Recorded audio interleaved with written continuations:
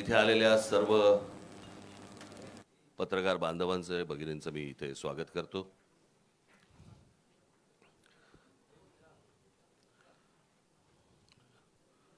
माझे मित्र संजय राऊत यांनी आता वारंवार उल्लेख केला 20 वर्षानंतर राज ठाकरे आले। 20 वर्षानंतर मला खरं तर 20 वर्षानंतर सुटून आल्यासारखं वाटतंय।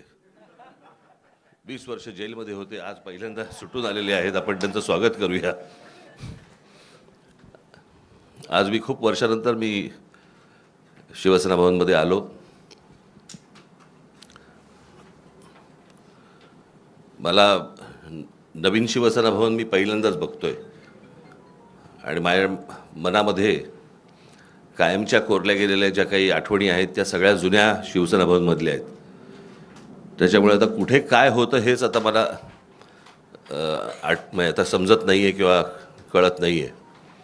पण जुन्या शिवसेना भवनमधल्या आठवणी या खूप काय म्हणू त्याला रोमांचकारी आणि आनंददायी आणि अशा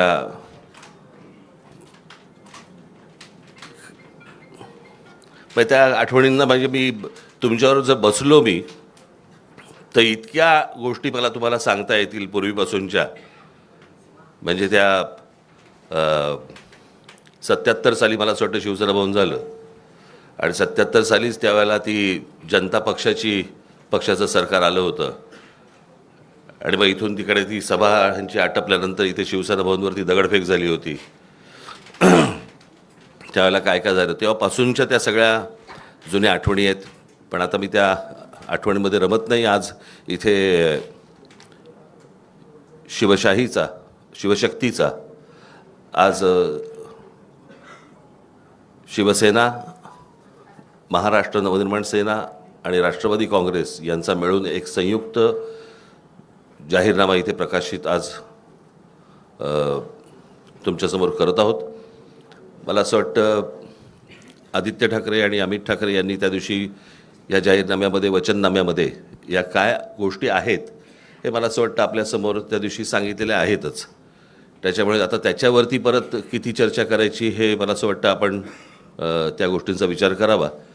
या व्यतिरिक्त जर समजा आपल्याला काही इतर प्रश्न असतील मला असं वाटतं सन्माननीय उद्धव ठाकरे आपल्याशी बोलतीलच, परंतु त्यानंतर जे काही आपल्या मनामध्ये काही प्रश्न असतील ज्याची उत्तरं आम्ही देऊ शकत असू तर आम्ही जरूर देऊ। तर आम्ही जरूर देऊ। धन्यवाद।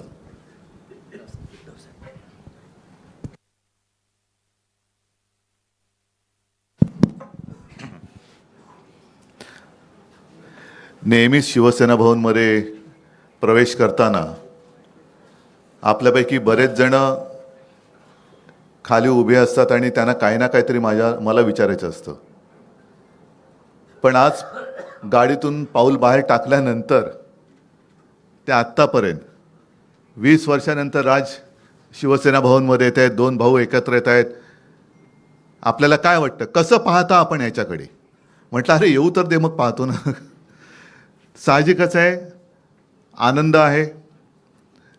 एक संपूर्ण महाराष्ट्रामध्ये नवं चैतन्य सळसळतं आहे आणि आज आपल्या सर्वांसमोर शिवशक्तीचा वचननामा आम्ही जनतेच्या चरणी सादर करतो आहोत। या शिवशक्तीमध्ये शिवसेना आहे, महाराष्ट्र नवनिर्माण सेना आहे, शरद पवार साहेबांचा पक्ष जो त्यांचाच ओरिजिनल आहे, राष्ट्रवादी आहे, त्यांच्याकडनं विद्याताई आलेले आहेत आणि त्यांचेसुद्धा प्रतिनिधी, म्हणजे असं नका विचारू की राष्ट्रवादीकडनं कोण आलेले आहे की नाही, आलेले आहेत। आणि हा वचननामा आपल्या माध्यमातून जनतेच्या चरणी सादर केलेला आहे। बोलण्यासारखं बरंच काही आहे। आपल्या प्रश्नातनं जसं राज म्हणाले तसं आम्ही उत्तर देऊच, पण एकूणच जी काही आता झुंडशाही, याला लोकशाही म्हणता येणार नाही। आपल्या देशातली लोकशाही संपून झुंडशाही सुरू झाले असंच आता वातावरण आहे। म्हणजे आम्ही त्यांची मतचोरी पकडली, मतचोरी पकडल्यानंतर हा तो लाईट जरा बंद कर। मतचोरी पकडल्यानंतर त्यांनी आता उमेदवारांची पळवापळवी सुरू केली। साम दाम दंड भेद, म्हणजे एवढे निगरगट्टा आणि कोडगे राज्यकर्ते यापूर्वी महाराष्ट्राला तरी लाभलेले नव्हते। कल्याण डोंबिवली असो, ठाणे असो, बिनविरोध निवडणूक करून घेण्याची ही जी काय प्रक्रिया ते राबवत आहेत, हा लोकशाहीचा आणि जनतेचा अपमान आहे. काल परवापासून राहुल नार्वेकर, मी मुद्दामून नावानिशी बोलतो कारण विधानसभा अध्यक्ष हे विधानसभेत असतात, त्यांचा अधिकार हा सभागृहात असतो. सभागृहाच्या बाहेर ते राहुल नार्वेकर आहेत आणि तिथले आमदार आहेत. एक आमदार आपल्या अधिकाराचा दुरुपयोग करून दुसऱ्या म्हणजे जनतेवरती दमदाटी करतोय, त्यांचं संरक्षण काढून घेण्याचा आदेश स्वतः संरक्षणात राहून करतोय. माझं तर मत आहे हा विषय गांभीर्याने निवडणूक आयोगाने घ्यायला पाहिजे आणि तत्काळ अध्यक्षांना निलंबित केलं पाहिजे. कारण अध्यक्ष हे कोणत्याही पक्षाचे नसतात, ते जनतेचं जे काही न्यायासन आहे विधिमंडळ त्याचे अध्यक्ष असतात आणि तिकडे निष्पक्षपातीपणाने कारभार करण्याची जबाबदारी त्यांची असते. अध्यक्ष हे कोणत्याही पक्षाच्या प्रचाराला जाऊ शकत नाहीत किंवा त्यांनी जाता कामा नये असा एक अलिखित किंवा लिखित दंडक आहे. त्याला छेद देणारं उद्दाम वर्तन त्यांनी परवा केलेलं आहे आणि म्हणून त्यांना तत्काळ निलंबित केलं पाहिजे, त्यांच्यावरती गुन्हा दाखल झाला पाहिजे. कारण असेच जर का सगळे वागायला लागले, अगदी मंत्र्यांना सुद्धा त्यांचा लवाजमा घेऊन निवडणूक प्रचारात फिरता येत नाही. हे ऑन द स्पॉट म्हणजे हे काय तो जो काय नायक पिक्चरमधला अनिल कपूर स्वतःला समजतात आणि यांचं आत्ताच्या आत्ता संरक्षण काढून घ्या. संरक्षण देण्याचा आणि काढण्याचा अधिकार हा विधानसभा अध्यक्षांना सभागृहामध्ये असतो, बाहेर तसं कोणाचंही संरक्षण काढण्याचा अधिकार हा त्यांना नसतो आणि नसायला पाहिजे. एकूण काय की निवडणुकीमध्ये दमदाटी करून जिथे जिथे बिनविरोध निवडणुका झाल्यात, हे मला असं वाटतं निवडणूक आयोगाचं थोडंसं नाटक आहे की त्यांचा निकाल त्यांनी राखून ठेवलेला आहे. शेवटी ते त्यांच्याच वळचणीला जाणार आणि ते जाहीर करणार, पण तिथल्या मतदारांना मतदानापासून त्यांनी वंचित ठेवलेलं आहे. जे मतदार ज्यांना आपण जेनझी म्हणतो, पहिलं प्रथम मतदान करणार आहेत किंवा होते, त्यांचा मतदानाचा अधिकार तुम्ही नाकारलेला आहात आणि तिथल्या वॉर्डाची प्रक्रिया ही रद्द करून पुनर्प्रक्रिया करून जसं आता मध्ये नगर परिषदांचं झालं ना, निवडणुका परत घेतल्या, तसं परत तिथल्या वॉर्डाच्या निवडणुका निकाल नुसते थांबवून ठेवू नका, तर तिथली निवडणूक प्रक्रिया रद्द ठरवून तिथे पुनर्निवडणुका घेतल्या गेल्या पाहिजेत. तर तुम्ही लोकशाहीचे रक्षक आहात, नाहीतर तुम्ही म्हणजे निवडणूक आयुक्तांना म्हणतोय की तुम्ही सत्ताधाऱ्यांचे गुलाम आहात. हा जनतेमध्ये एक समज तुमच्याबद्दल होईल, तो होऊ देऊ नका. बाकी प्रश्न आहेत, त्या प्रश्नाबद्दल तुम्ही प्रश्न विचारा, आम्ही उत्तर देऊ. बोलण्यासारखं खूप आहे, जसं जमेल तुमच्या प्रश्नाच्या निमित्ताने आम्ही बोलत जाऊ. पण ह्या गोष्टी मात्र ठळकपणाने अधोरेखित करण्यासारख्या आहेत. परत एकदा सांगतो, राहुल नार्वेकर यांना विधानसभा अध्यक्षपदावरून निलंबित केलं गेलं पाहिजे, त्यांच्यावरती गुन्हा दाखल झाला पाहिजे आणि जिथे जिथे बिनविरोध निवडणुका ह्या करून घेतल्या गेलेल्या आहेत तिकडे निवडणूक प्रक्रिया ही नव्याने राबवली गेली पाहिजे.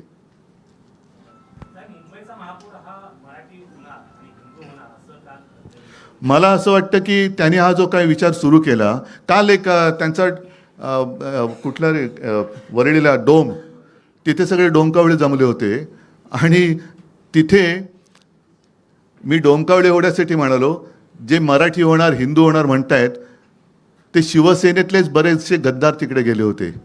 ते कोण आहेत धर्माने? ज्यांना शिवसेनेने मोठं केलं ते धर्माने कोण आहेत? मुंबईचा महापौर हा मराठीच होणार, आत्तापर्यंत हा मराठीच शिवसेनेने महापौर केलेला आहे. पण भारतीय जनता पक्ष आमच्यासोबत असताना त्यांनी उपमहापौर काय केले होते हा त्यांनी स्वतःला प्रश्न विचारावा. मुख्यमंत्री असं म्हणतात की त्यांनी महायुतीने केलेल्या प्रकल्पांचं श्रेय चोरलं जाते आणि ते लोकांसमोर मांडलं जाते. हा प्रश्न एक चांगला आहे. आम्ही साधी कामं केलेली आहेत. आम्ही मुंबईमध्ये 25 वर्ष खूपच साधी कामं केलेली आहेत आणि आम्ही ते होर्डिंगवरती दाखवतोय आता, होय हे आम्ही केलं. ह्याच्यामध्ये काय आहे की साधं कोस्टल रोडचं काम केलेलं आहे, साधं मध्यवैतरणा धरण बांधलेलं आहे, कोरोनामध्ये साधी कामं केलेली आहेत. त्यांनी आमच्या छोट्या कामांचं श्रेय घेण्यापेक्षा त्यांनी जी काही कामं केलेत, म्हणजे मोदीजींनी कैलास पर्वत बांधलेला आहे, स्वर्गातून गंगा त्यांनी आणलेली आहे, अरबी समुद्र इंडियानी केलेलं आहे, ही कामं त्यांची मागे पडत आहेत. तर आम्ही केले. आता म्हणजे मी येताना पाहिलं, जो रिगलच्या इथे हिंदू हृदय सम्राट शिवसेना प्रमुखांचा पुतळा आहे, जी जागा आम्ही सिलेक्ट केली, तो पुतळा माझ्या देखरेखीखाली तयार झाला, त्याचा संपूर्ण खर्च आम्ही केला, तेही श्रेय मिंदे घेतोय. तर आमची छोटी छोटी कामं आहेत, पण केवढी मोठी कामं तुम्ही केलेत. कैलास पर्वत मोदीजींनी बांधले, का नाही तुम्ही सांगत? गंगा मोदीजींनी स्वर्गातून आणली पृथ्वीवरती, हे तुम्ही का नाही सांगत? अरबी समुद्र देवेंद्र फडणवीस आणि मिंद्यांनी केलं. ज्या अरबी समुद्रात शिवस्मारकाचं जलपूजन मोदीजींनी केलं होतं, ते पाण्यातलं शिवस्मारक काढणार कधी बाहेर? समुद्र मंथन हे सुद्धा त्यांनीच केलं होतं. त्याच्यामुळे समुद्र मंथन करून ते शिवस्मारक त्यांनी बाहेर आणावं, जसं अमृत आणलं तसं. आमची छोट्या कामाची काय तुम्ही श्रेय घेताय?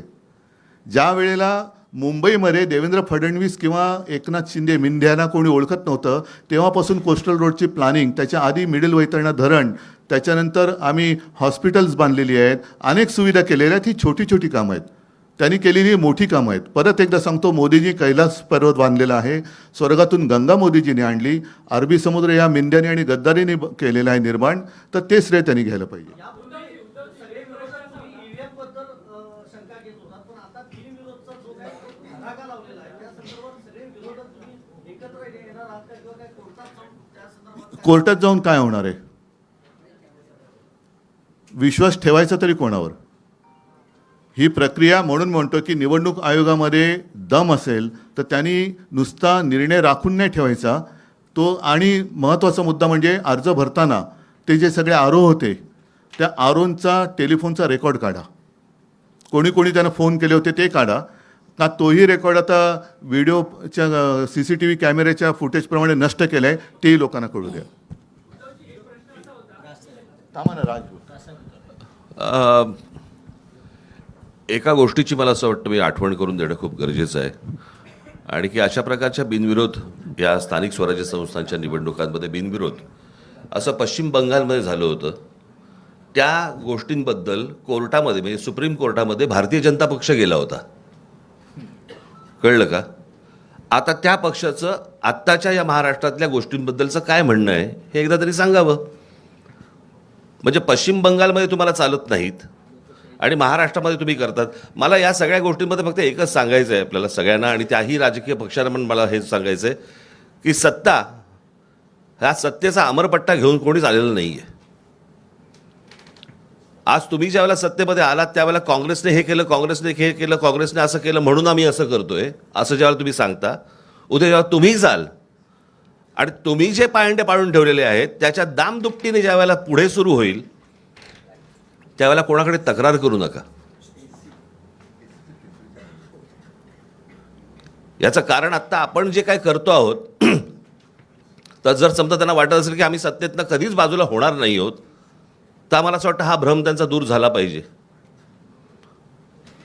आणि उद्या ज्या वेळेला सत्ता परिवर्तन होईल आणि ज्या वेळेला दुसरे येऊन ज्यावेळेला याहून वाईट ज्यावेळेला होईल त्यावेळेला आपण काय करणार आहोत याचा विचार मला असं वाटतं सत्ताधाऱ्यांनी त्या वेळेला करणं गरजेचं असतं.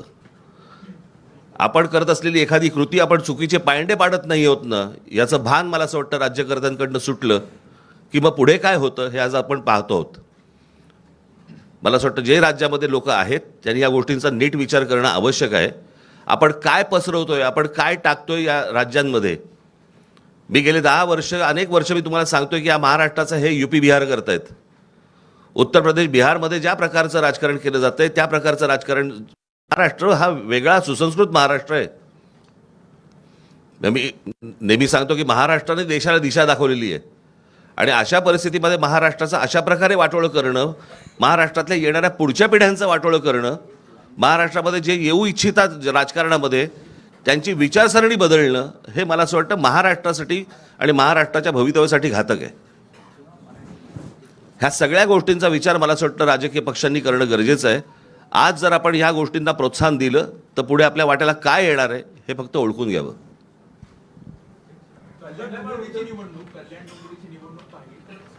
नाही, एकच सेकंद जरा मध्ये मी थोडंसं काल मुख्यमंत्री बोलले, कारण मुंबई महापालिका ही एकमेव महापालिका होती असं आता म्हणावं लागतं की जिच्या मुदत ठेवी 92,000 कोटीपर्यंत आम्ही नेऊन दाखवल्या होत्या. त्याच्यापैकी साधारणतः 40 ते 45,000 कोटी ह्या ज्या कामगारांचे प्रॉव्हिडंट फंड, ग्रॅच्युइटी वगैरे असतात त्याच्यासाठी असतात.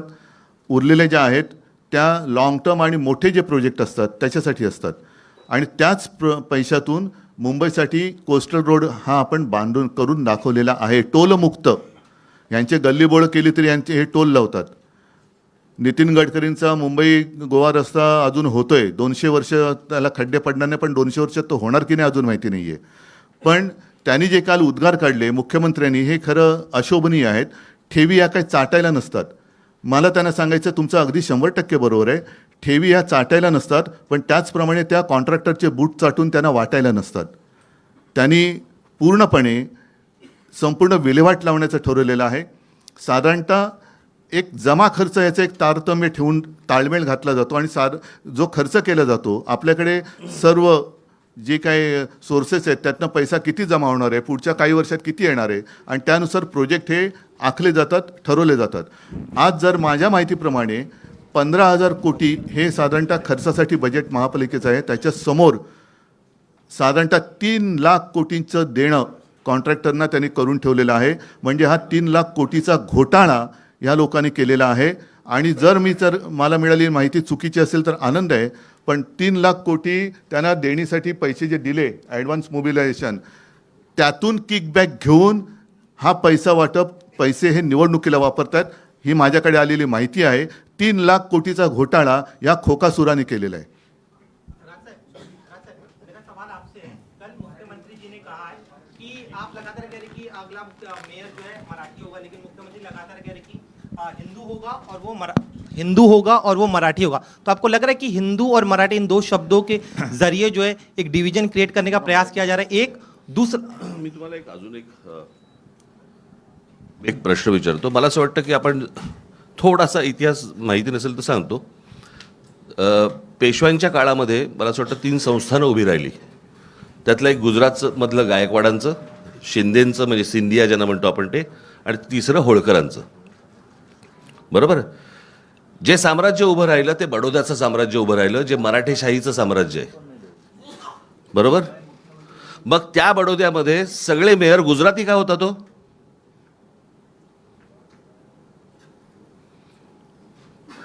हा महाराष्ट्र आहे. महाराष्ट्रामधल्या प्रत्येक शहरामधला महापौर हा मराठीच होणार. इथे कसलं हिंदू मराठी करताय तुम्ही?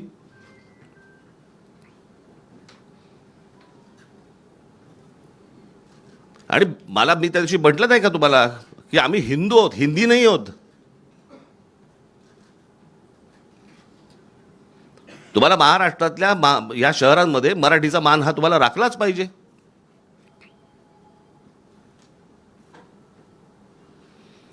त्याच्यामुळे आमचा जो महापौर होईल तो मराठीच होणार. मुंबईचा महापौर मराठीच होणार.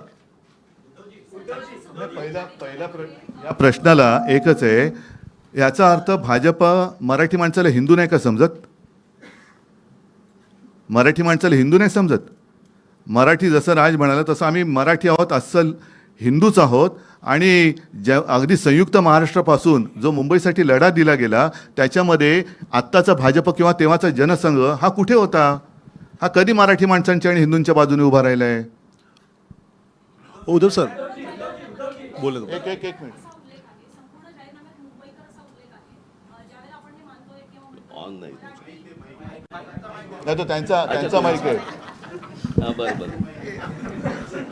ज्यावेळेला आपण हे म्हणतोय की मुंबईमध्ये मराठी माणसावर अन्याय होतोय आणि तुम्ही तो मुद्दा घेऊन पुढे जात असाल तर या संपूर्ण वचननाम्यामध्ये मराठी माणसासाठी अशी कुठली वचनं आहेत? कारण त्या प्रत्येक ठिकाणी मुंबईकर असे उल्लेख पाहायला मिळत आहेत. याचं कारण असं आहे की हा निवडणूक आयोगाला पाठवला जातो आणि त्यांच्याकडनं सँक्शन होऊन येतो. आम्हाला माहिती आहे आत्ताच्या सरकारमध्ये काय परिस्थिती आहे. आम्हाला मुंबईकर म्हणजे मराठी माणूसच सांगायचं आहे, परंतु त्यांना जर समजा मराठी माणूस याच्यावरती जर रिजेक्ट झाला असता म्हणून आम्ही मुंबईकर टाकले. अजून काही? म्हणजे ही सगळी आश्वासनं मराठी माणसासाठी असतील असं मानायचं का? अर्थात. अहो साधी एक गोष्ट सांगतो.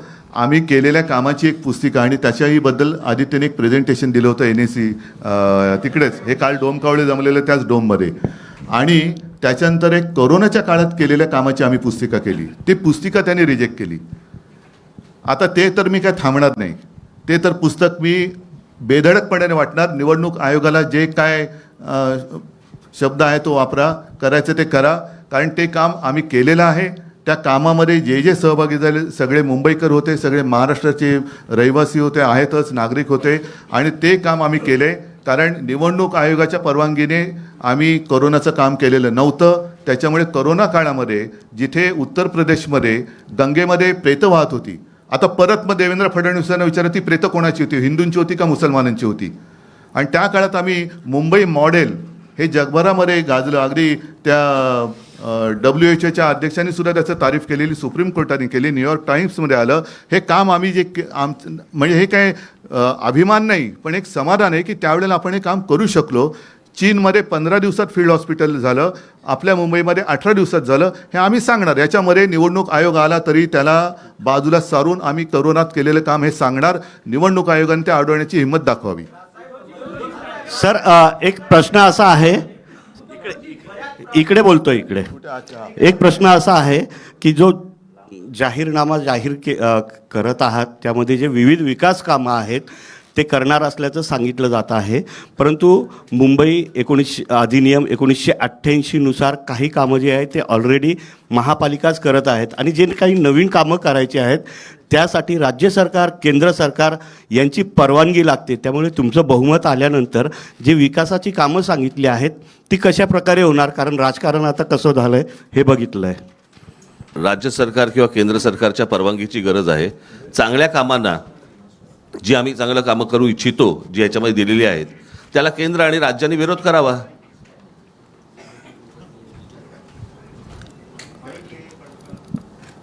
समजलं का की इकडे तिकडे बघत होतस तू? प्रश्न विचारता आणि इकडे तिकडे बघत बसता रे, स्वतःही ऐकत नाही. उद्धवजी एक प्रश्न आहे. थांब रे जरा, थांब. कुठे चाललोय का? अरे एक मिनिट, त्याला तुला मी काय बोललो हे समजलं का? हां हां. परंतु या आता जे राजकारण होत आहे, तुम्ही सत्ताधाऱ्यांना नेहमी कोस्टल रोडचं डिझाईन तुम्हाला परमिशन देणार नाही. परत ऐक ना, माझं तेच म्हणणं आहे, चांगल्या कामांना राज्य आणि केंद्र सरकारने नाकारत होत आहेत. पहिलं हे तुमच्यासमोरच येईल ना की आम्ही ह्या योजना करायचं म्हणतोय, ह्याच्यासाठी राज्याची किंवा केंद्राची परवानगी पाहिजे आणि हे नाही देत आहेत. कळलं? बघू. उद्धवजी थांब ना जरा थांबा ना रे. केंद्र आहे ते याच्याच प्रश्नाच्या संदर्भात, कारण ते पुन्हा आणायचं म्हटल्यानंतर राज्य सरकार असो केंद्र सरकार असो ते येऊ देईल का? त्यांना आडउत्तर दे. तेच तर राज म्हणाले ना, त्यांना आडउत्तर द्या. म्हणजे त्यांचं जे काही ढोंग आहे ना ते बाहेर पडेल. जसं एक मुद्दा किंवा दोन गोष्टी आहेत ज्याच्याबद्दल मी मुख्यमंत्री असताना गो अहेड दिला होता, ते म्हणजे मराठी रंगभूमीचं दालन ते यांनी रद्द केलं बिर्ला तिकडे चौपाटीला, आणि ते हे बिल्डरच्या घशात घातलं. वरळी दुग्ध डेअरी आहे तिथल्या सगळ्या कामगारांचं नीट तिथेच पुनर्वसन करून तिथे आपण जागतिक दर्जाचं पर्यटन केंद्र करणार होतो, ते आता यांनी रद्द करून तेही बिल्डरच्या घशात घालत आहेत. देवनार डम्पिंग ग्राउंड हे बिल्डरच्या घशात घालत आहेत. कुर्ला मदर डेअरी अदानीच्या घशात घातलेली आहे. मुलुंडचा सगळे ती कांजूरचे मिठागरे आहेत ती अदानीच्या घशात घातलेली आहेत. म्हणजे यांचा महापूर होणार नाही, पण झाला तर मुंबईचं अदानी स्थान होईल, हे माझं स्पष्ट आणि ठाम मत आहे. उद्धव साहेब 2017 तुझा मराठी भाषा भवन सुद्धा यांनी अडवून ठेवले. एक मिनिट, तुझं विचारून झालं ना मगाशी, जरा बाकीच्यांना पण विचारू देत ना. नाही, एक नाही, थांब. उद्धवजी सरकार लाडक्या बहिणीसाठी 1,500 रुपये देत आहे, मात्र आपल्या वचननाम्यामध्ये सुद्धा घरकाम करणाऱ्या महिलांसाठी तुमचा विरोध आहे का? नाही, 1,500 रुपये असं तुम्ही म्हणत आहात, मात्र महिलांसाठी आता हे जो निधी दिला जात आहे त्याऐवजी त्यांना घरकाम द्या किंवा त्यांना जे असेल काम द्या असं सुद्धा ते म्हणत आहे. त्यामुळं निधी देण्याऐवजी काम देणं हे गरजेचं आहे. दोन्ही करणार. आणि म्हणूनच आर्थिक केंद्र जे आहे त्याची गरज, कारण मुंबईमध्ये आर्थिक केंद्र जे केलं होतं ते मनमोहन सिंगांनी जाहीर केलं होतं, बरोबर आहे. म्हणजे त्यांचं प्रेम हे मुंबईवरती होतं, पण हे आल्यानंतर ते आर्थिक केंद्र उचलून त्याने अहमदाबादला नेलं. म्हणून मुंबईकरांसाठी रोजीरोटीसाठी काही उत्पन्नाची साधनं निर्माण करायची, त्याच्यासाठी आर्थिक केंद्र हे पुन्हा परत आणण्यापेक्षा आम्ही नव्याने करू. 2017च्या वचननाम्यामध्ये आपल्या उद्धव साहेब मुंबईकरांना 24 तास पाणी देण्याचं एक आपण वचन केलं होतं, त्यासाठी गारगाई पिंजाळ धरणाचा देखील उल्लेख केला होता. मी काढलेलं याच्यात ठेवलेलं नाही. सांगतो, हा चांगला प्रश्न विचारला. 2017च्या वचननाम्यामध्ये गारगाई पिंजाळ ही 2 धरणं आम्ही करू हे वचन होतं. योगायोगाने म्हणा काही असेल, अनपेक्षितपणे 2019 साली मी मुख्यमंत्री झालो आणि त्याला चालना देण्यासाठी जेव्हा मी प्रेझेंटेशन घेतलं तेव्हा लक्षात आलं की तिथे गारगाई आणि पिंजाळ ही जर का आपल्याला तलाव किंवा धरणं करायची असतील तर किमान 5.5 ते 6 लाख झाडांची कत्तल करावी लागेल. कत्तल हा शब्द मी मुद्दामून वापरतोय कारण झाडांना सुद्धा जीव असतो, तर त्यांची कत्तल करावी लागेल. आणि ते बघितल्यानंतर मी थांबलो. त्याच सुमारास आणखीन एक प्रोजेक्ट समोर आला, तो म्हणजे डिसॅलिनेशन ऑफ वॉटर, म्हणजे समुद्राचं पाणी हे पिण्यायोग्य करणं आणि ते वापरणं. आता यातला फरक असा आहे की जिथे कॅचमेंट एरिया आहे तिथे आपण ही धरणं करणार होतो. कॅचमेंट एरिया का आहे तर तिकडे झाडं आहेत म्हणून. ती झाडं कापल्यानंतर पुन्हा पावसावरती आपण अवलंबून राहावं लागायचं ते लागणारच आहे. तो होणारा खर्च, तिथून इथे पाणी आणण्याचा खर्च, त्यापेक्षा समुद्राचं पाणी आपल्याला पावसावरती अवलंबून राहावं लागणार नाही. मी मुख्यमंत्री असताना शेवटचा जो काही अर्थसंकल्प महापालिका आयुक्तांनी मांडला होता त्याच्यामध्ये 400 MLD पर डे, म्हणजे जेवढं आता तानसातनं पाणी मुंबईला एका दिवसात मिळते त्याचा पायलट प्रोजेक्ट लावणार होतो. आणि तो आत्ता या डिसेंबरपर्यंत पूर्ण झाला असता. म्हणजे आत्तापर्यंत आपल्याला 400 MLD पाणी जे तानसातनं मिळते ते समुद्राचं पाणी प्यायला पिण्यायोग्य करून उपलब्ध झालं असतं. आणि ते यशस्वी झाल्यानंतर मग समुद्र आहे, जो समुद्र या मेंढ्याने आणि यांनी निर्माण केला आहे तो असाच ठेवलेला आहे, तर त्याचं पाणी आम्ही पिण्यासाठी करणार होतो. तो प्रोजेक्ट त्यांनी मारून टाकला आणि परत कॉन्ट्रॅक्टरसाठी गारगाई पिंजाळ म्हणजे पर्यावरणाचा ऱ्हास, आरेमध्ये जे आम्ही करत होतो आरेचं जंगल तसंच ठेवून कांजूर मार्गला मेट्रोची शेड करणार होतो. आता त्यांनी आरे पण वापरतायत, कांजूर पण वापरतायत. हा सगळा विध्वंस आहे. हा कॉन्ट्रॅक्टरसाठी चाललेला हा मोठा घोटाळा आहे. उद्धवजी इकडे उद्धवजी एक प्रश्न आहे की या निवडणुकीमध्ये वारंवार असं म्हटलं जातं आहे की मराठी माणसाचं अस्तित्व टिकवण्याची ही लढाई आहे. जर इतक्या वर्षानंतर मराठी माणसाचं अस्तित्व हा जर मुद्दा असेल तर मग महाराष्ट्रात मराठी माणसाला अस्तित्व टिकवावं लागतंय, तर जे राजकीय पक्ष आहेत विशेषतः मराठी माणसाच्या न्याय हक्कासाठी आणि अस्मितेसाठी स्थापन झालेल्या पक्षांचं हे अपयश आहे असं तुम्हाला वाटत नाही का? हा प्रश्न जर का आता 10 वर्ष होऊन मोदींना हिंदू खतरे में है ही आवई देणाऱ्यांना विचारलं तर तुम्हाला त्याचं उत्तर मिळेल. कारण जगातला सगळ्यात बलवान नेता हिंदू हा देशावरती राज्य करतोय. त्यांच्या राज्यामध्ये आजही बांगलादेशी घुसत आहेत, रोहिंगे घुसत आहेत आणि आपल्या महाराष्ट्रामध्ये हिंदू खतरे में है असं म्हणून मोर्चे काढावे लागत आहेत. तर हे अपयश कोणाचं? आणि मराठी माणसाबद्दल म्हणाल तर माझं सरकार पाडल्यानंतर ही जी परिस्थिती उभी राहिलेली आहे. मराठी माणसाचा पदोपदी अपमान होतोय, त्याला घर नाकारलं जातं आहे, त्याच्या आहारावरनं त्याला सुनावलं जातं आहे. हे सगळे गेल्या 2 वर्षात सुरू झाले. मी मुख्यमंत्री असताना मराठी सक्तीची केली होती, तो सुद्धा यांनी आदेश मला वाटतं रद्द केलेला आहे. मराठी भाषा भवनाचं काम हे पाडून ठेवलेलं आहे. ह्या अनेक गोष्टी तुम्हाला सांगता येतील. आणि हा सगळा काळ हा आत्ता गेल्या 2 ते 3 वर्षातला आहे. उद्धवजी काल मुख्यमंत्री हिंदू धोक्यात आलाय हा गेल्या 10 वर्षातला परिपाक आहे. उद्धवजी आणि राजजी, तुम्हाला दोघांनाही एक प्रश्न आहे. पण दोघं एका वेळेला माईकवर बोलू. आणि मुंबईच्या निवडणुकीमध्ये आंतरराष्ट्रीय राजकारणाने एंट्री घेतली हे आम्हाला काल डोममध्ये दिसलं. मुंबईचे भाजपचे अध्यक्ष म्हणतायत की जो न्यूयॉर्कचा महापौर झालाय झोराम ममदानी, त्यांनी उमर खालिदला सपोर्ट केला आणि त्या उमर खालिदच्या सभेमध्ये जी मुंबईत होणार होती तिथे आदित्य ठाकरे आणि तुमच्या पक्षाची लोक गेलेली होती. त्यांचं म्हणणं आहे की मुंबईचं आम्ही ममदानीकरण होऊ देणार नाही, मुंबईचा न्यूयॉर्क होऊ देणार नाही, मुंबईचा रंग आम्ही बदलू देणार नाही. कोण बोललं? हे सगळे भाजपचे पदाधिकारी आणि मुंबई अध्यक्ष बोलतात. चाटम नाही काय मला ऐकायला नाही आलं. माईक घ्या ना जरा. चाटम. उद्धवजी मुंबईची निवडणूक आली की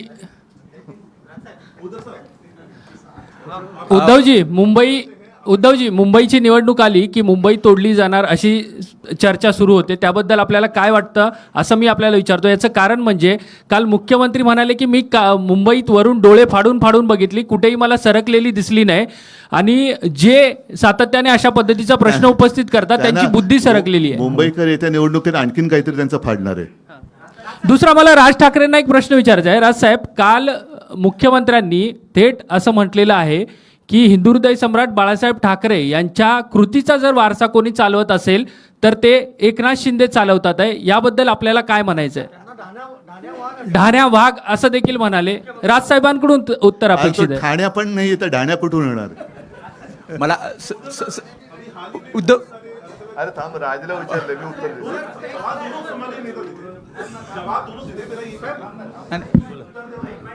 सर सवाल ये है कि कई सारे अभी हाल ही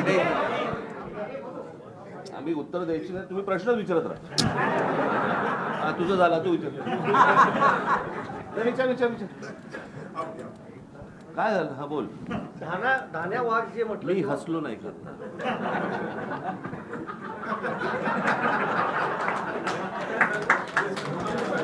मी हसलो ना. बाईकवर असा. मी तर शांतपणे हसलो. संजय राऊत जोरात हसले. हे त्याचं उत्तर.